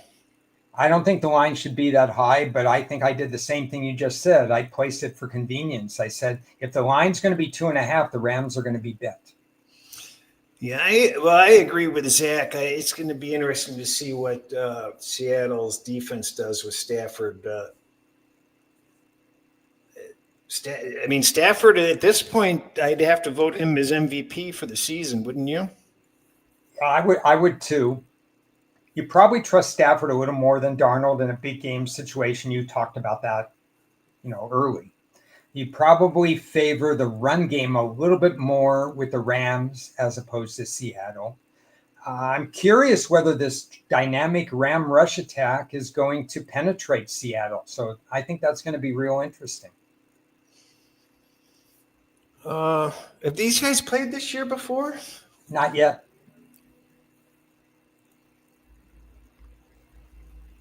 San Francisco and Arizona. They're going to run CMC into the ground. He's on a 1,000 pace this year. Yeah. I mean, how much of a beating can he take? And then Purdy's on track to play this week. Mack's coming off of a 319-yard game, 3 touchdowns. And they're going to put – and he – they were paying him 3% of the salary they have to pay Purdy. Yeah. Can you imagine it? 3%. But it's still a win-win because if Mac Jones doesn't get this opportunity, he doesn't get another contract with another team next year. Or I guess he's signed to a 2-year contract. But in the long run, it's probably going to make him money that he got this audition. Harrison's numbers were getting pretty good, and now he's out of the lineup. So that's a blow to Arizona. Yeah, I don't know. I mean, San Francisco has its own injury concerns and stuff, and the power ratings probably wouldn't support this line being 3.5, but the personnel supports this line being probably more than 3.5. You have this line as being short? At full strength? Well, I'm not at full strength because San Francisco's never at full strength. I think I don't know, because I can't set a line on San Francisco games apparently because it's so volatile as to who's in and who's out of the lineup. What weeks are you going to miss Fred Warner and what weeks aren't you going to miss Fred Warner? What weeks will Mac Jones be going against a team that intercepts the ball? I'm all over the place with the odds set for this game. So I saw in fantasy that there is one quarterback in the league that has been in the top 12 each of the last 4 weeks. Only one. and that would be Brissett. Wow. He wasn't that great last week, and a lot of it was a little bit garbage time. I mean, let's face it, they were down 35-0. So what are you going to glean for that game? Well, that was just a couple bad breaks. Yeah, just 5 bad breaks and they're out of it. I have, and you touched on this in my notes here. I have next to Baltimore, I said winning, but period. It doesn't feel, I don't have a lot of confidence. This is Lamar's 100th game, and only 3 quarterbacks have more wins than he does at the 100-game mark, in case you were unaware of that. Okay. No, that's good. And so I saw Gabriel standing next to some cheerleaders, and he's as tall as cheerleaders, apparently. I didn't realize how tiny that guy is. He's not doing anything. Yeah, I don't think cold weather is the best. I don't think Cleveland should have drafted him, but I think he's a serviceable NFL quarterback, but I don't like the fit to the team, but that's a different story. Did you bet the under when I told you to bet the under? I did. Not very big, not big at all. Well, we got ahead of that one. The weather's supposed to be pretty crappy there. It's supposed to be rain, and that's an odd time start in Cleveland. That's a late afternoon time start. It is odd, isn't it? Why is that? I don't know, but it's easy to think of. You just assume it's the early game, and it's not. So it's going to be dark early, and it's going to be raining off and on, and it's going to be high winds and in the 40s. So games like that, that's why the total's moving down. Where is that now? 37.5. 39. 39. Okay. Tom says chance of Sanders playing this week.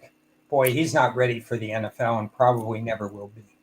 But those 13-point teasers, I've got New England -0.5, and I've got under 54.5 in this game. So I feel kind of good about those 2 legs. That's good to throw it to an under like that. Yeah. This is Baltimore's 3rd straight road game for whatever that means. Means a little bit less because they won the last 2. And so they're in good spirits, but it's still a tough place to play. Baltimore has not had their way at Cleveland. Some numbers. Baltimore has 12 sacks this season, and you thought maybe they'd come out better the last few games. They only had 1 sack against Minnesota. And Cris, Minnesota's defensive line has allowed over 30 sacks this year, 33 coming into the Baltimore game. So I don't think it's a good sign that Baltimore's defense hasn't ramped it up. And Kyle Hamilton, he's hurt again. I don't know what his status is. Baltimore hasn't defended the run all that much better since the bye week either. And now I think Cleveland's going to try to protect its quarterback by running.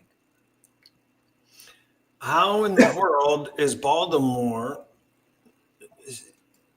How is this possible? Let me just double check. I've got Baltimore as the 2nd best defense over the last 5 weeks, improving defense. I think part of that is your baseline for the first 5 weeks was that Baltimore was historically bad. They were. So I think they've definitely improved the last 4 or 5 weeks.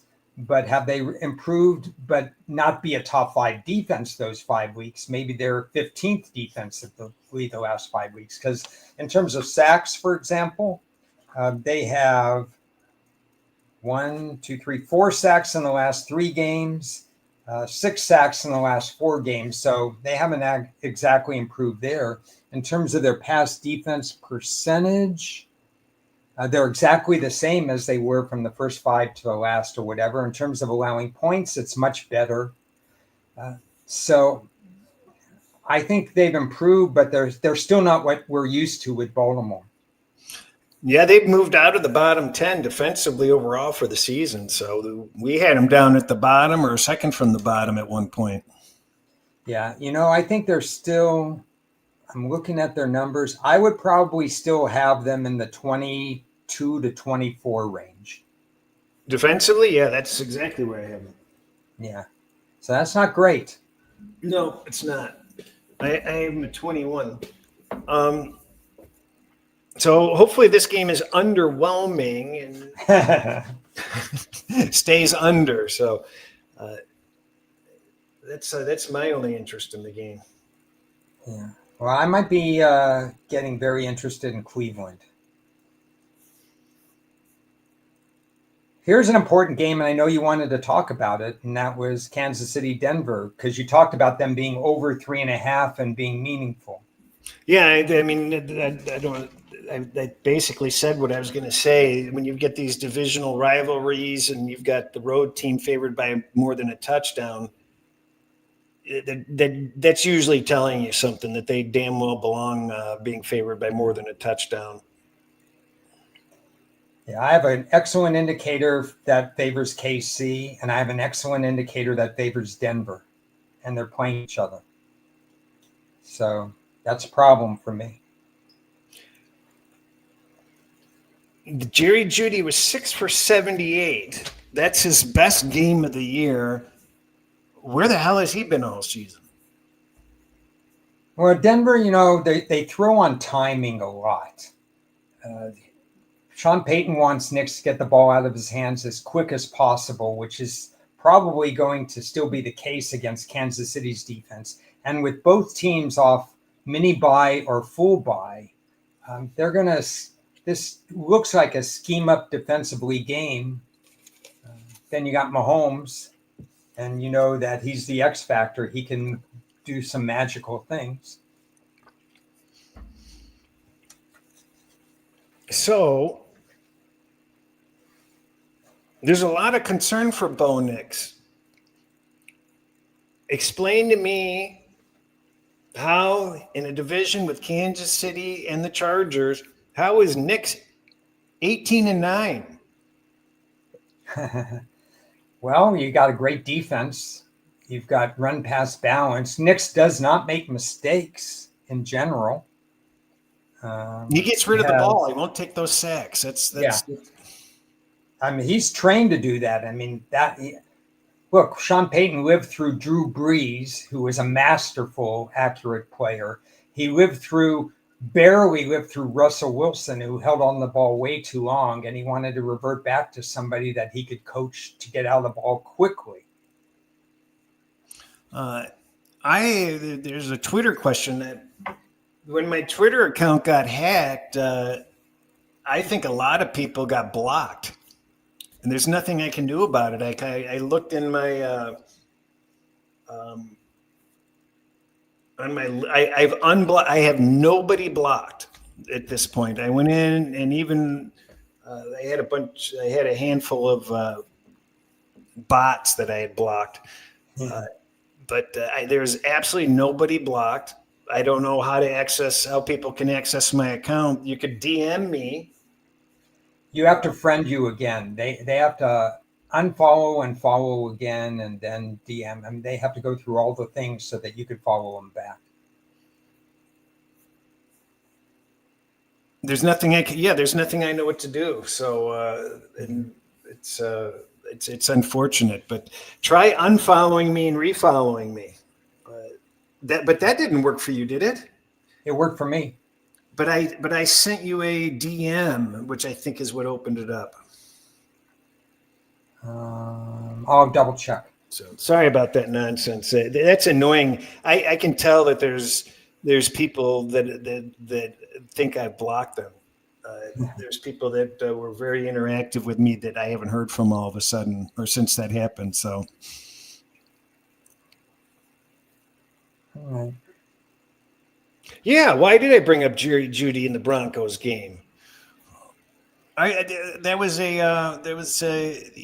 He's on Cleveland now, right? Yeah, sorry, wrong game, huh? Yeah, well, that's my fault. I just haven't been pictured in Denver still, and he's in Cleveland. Yeah. Thanks for that. He should get open against Baltimore more than he would get open against KC. Dumb. Well, that explains 100% why we haven't heard about from him. He's in Cleveland. Yeah. Sorry about that. Yep. So Sunday night. you'll be go on the ahead. Broncos. You take over a field goal in these matchups automatically, don't you? This particular one, I may be on the sidelines because of my situations that strongly favor both teams. Okay. I think there's something interesting going on with this Detroit game. Campbell went out in press conference this morning supporting the tush push. Believe it or not, he said he'd really hate to see it go. It's he doesn't want to see football change any more than it is, and it's our job to stop it. And they found something that works, and more power to them, which was interesting. Interesting timing and interesting opinion. Yeah, I think he sees it as a challenge for his team, and he's up for challenges. The line just ticked up. I can get a +3 -110 right now on the Lions. But I think this is I think you're going to get a tick up to this 3 because they're going to look at this injury report today. And I might be 100% wrong, so don't quote me on it. But I think it's one of these injury reports. They've got Hutchinson on there. You've got a couple other notables. 4 or 5 key players are on there today that did not practice. I think it's a rest thing. I don't think there's anything to be concerned about with these injuries. I may be wrong, but I've heard absolutely nothing to be concerned about, through the Detroit sources that I follow. So I think people are going to see that. They're going to bump this line up thinking, oh, did you see the injury report, without investigating it? So that's my 2 cents. Yeah, I don't like Wednesday injury reports. Well, Jackson was out today also. I missed that when we covered the Baltimore game. Jackson didn't practice today. Yeah, rest day. But he goes and plays pinball or something on Wednesdays usually anyway. You like this game at all? I have not ventured an opinion on this particular game. It's this is a non-divisional matchup, but it might as well be a divisional matchup because it might have tiebreaker implications if they tie for seeding purposes. This is a matchup everybody wanted to see last year, but Detroit got derailed by Washington and Jaden Daniels. Now they're going to see this matchup. They're going to see it on a Sunday night. I think Philly has to play better in this game. Otherwise, Detroit pulls it off. And Detroit has to strategically be aware of the fact that Philadelphia is a bigger defensive challenge for Goff than Goff has seen in the last few weeks. In what way? More press coverage. I think it'll be tougher to complete the passes that Goff has been completing. There's going to be more contested catches. I think the game plan should be Gibbs out of the backfield, see if he can get space on guys and break off something. I would look for Gibbs on that side of the ball. I think Detroit has to be aware that we have a squeaky wheel situation again, which is about 5 out of 5 the last 5 weeks.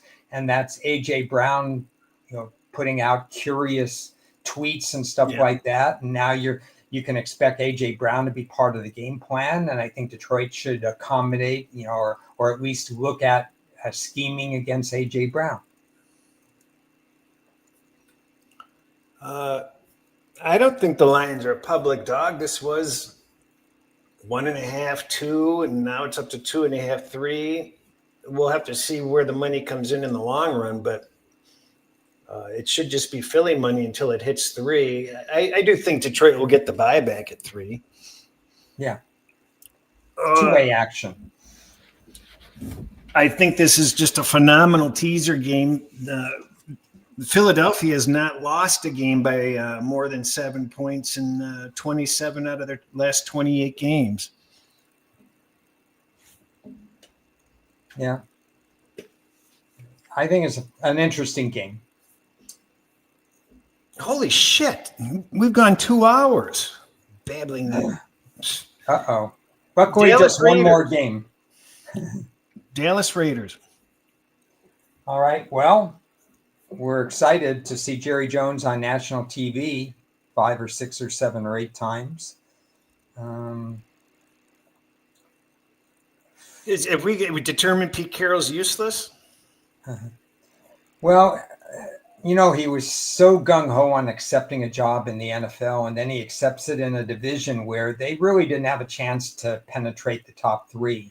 And this losing is just eating at him.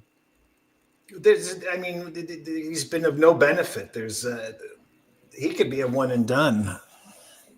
In some ways, they played better defensively than in the past, but not enough to make a difference because the offense is too predictable. And what weapons do they have other than Brock Bowers? Well, Carroll could always go to the Giants. Oh God, yeah. That's a real long-term I don't know why it feels. The Raiders might be the best play ever because Dallas looks pretty easy to me. Yeah, well, you have CeeDee Lamb and you have who's the other guy on the other side, Pickens, and that's a tough combination for a good defense to handle, and Vegas probably has the best in average defense, certainly not as good against the pass. They're a little bit trending to stopping the run, but that's not what Dallas's interest is in this game. I think Dallas's interest is to flood the zone with a bunch of wide receiver passes, hit Ferguson, their tight end. I think Vegas is going to have to put up some points in this game. So do we think Genty can run 22 times for 115 yards? Well, against Dallas, maybe. Yeah, that's the recipe. As boring as a Pete Carroll offense can be at times, boring is the way he has to go in this game. Yeah. What do you like this game at all? No, because I definitely don't want to bet Dallas as a road favorite of over 3 points. And that's a problem for me. I would second guess myself saying, you bet on this defense giving more than 3.5, giving more than 3. But by the same token, I think Dallas is explosive and Dak is having a good year quietly and they've had rest. And so I think their offense is going to fire. So this is not a great week for me providing you with 7 3-star plays. It's not going to happen. Well, we haven't been getting those in previous weeks. I had a trio of them 2 weeks ago with Pittsburgh against Indy. Oh, yeah. And how many miles did you have to walk to school, old timer? Come on. Yeah. Last week was nothing more than a 2.5 star. And this week is up for grabs. Not great. We're going to rely on Cris this week to pave the way. Well, like I said, I really like. I think Dallas. I just feel like Dallas is going to just annihilate them. Take out their frustrations. Yeah. On paper, that's highly possible. But you shouldn't listen to me. That's just a personal opinion. That's just.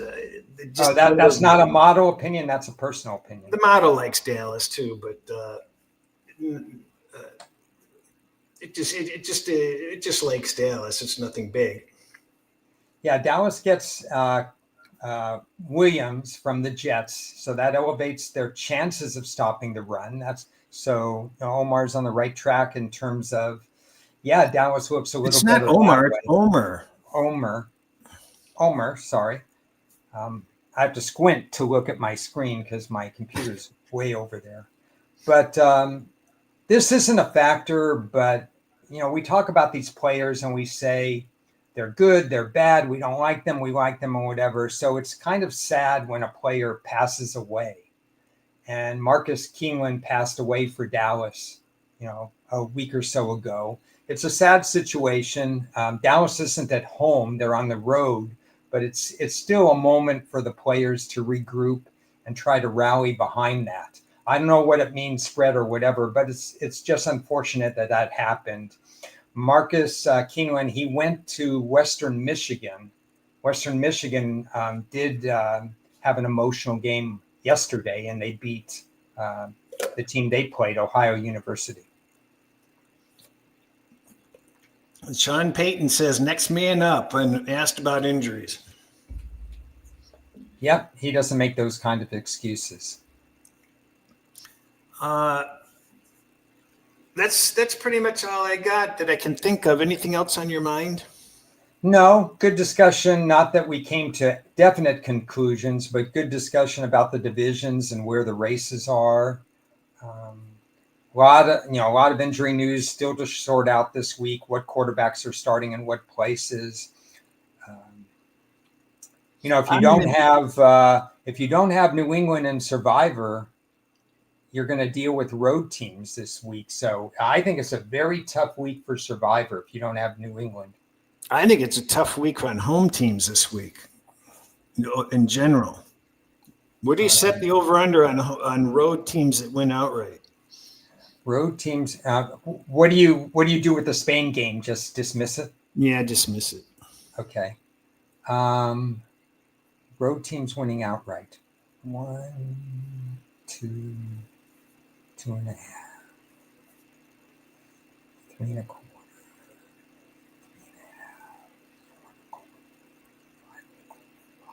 Jeez.